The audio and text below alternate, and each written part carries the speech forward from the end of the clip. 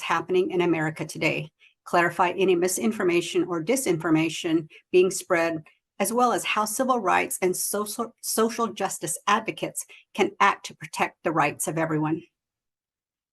Today's topic on cultural erasure is more critical than ever.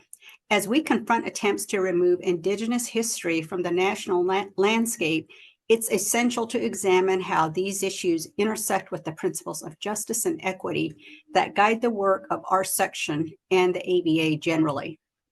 President Trump issued a series of executive orders that set the stage for this attempt. Generally, these executive orders were meant to eliminate and suppress programs or activities that recognized a group based on shared identity or practices: women, transgender individuals, African Americans, Native Americans, Hispanic Americans, and others. Generally speaking, these were anti-DEI or diversity, equity, inclusion efforts. President Trump issued the first executive order, or EO 14173, titled Ending Illegal Discrimination and Restoring Merit-Based Opportunity. And in addition, there was another executive order, 14168, which was titled Defending Women from Gender Ideology, Extremism, and Restoring Biological Truth to the federal government. It was signed and it defined sex as a biological classification as either male or female, and called for various actions to remove gender identity protections across the government and, to the extent it could, in the private sector. Finally, President Trump issued Executive Order 14151, which was titled Ending Radical and Wasteful Government DEI Programs and Preferencing. And ultimately, it sought to end all DEI programs and offices across all of federal government. And it was here, under these umbrella of these actions, and others, that the federal agencies and even the private sector began to remove programs and eliminate activities that created awareness of and an opportunity for these groups.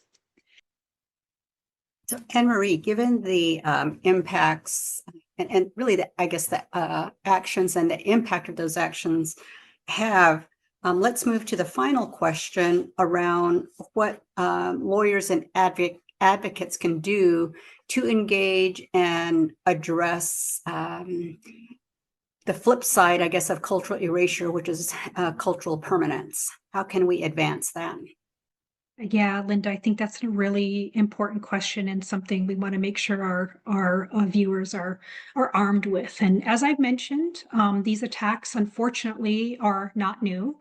And for tribal nations, the assimilation and termination era policies that I outlined, they ended. And they ended because they failed. Despite separating children from their families, outlawing religion and culture, forced removal from homelands, tribes stayed focused on preserving language and culture. They educated their own. They advocated for their rights that they had under these treaties, and they simply never gave up.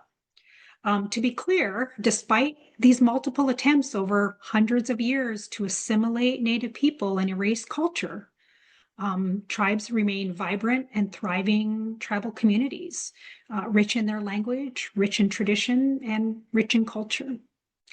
As a result, both federal policy and legislation acknowledge that the United States government had failed and that tribes were rich and vibrant nations that contributed to the fabric of American society. And that the United States government had to adhere to those trust and treaty responsibilities.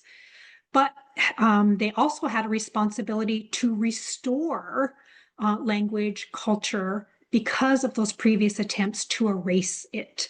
And that the federal government needed to repair the harm done during assimilation and termination eras.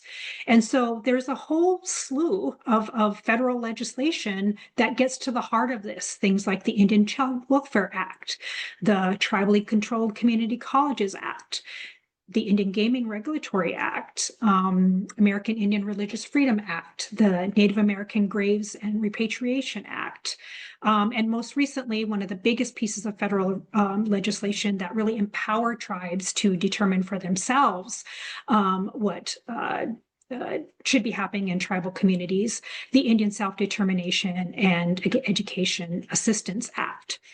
These acts and others create rights of action that tribal legal advocates and tribal citizens can use to combat some of these assaults on DEI initiatives.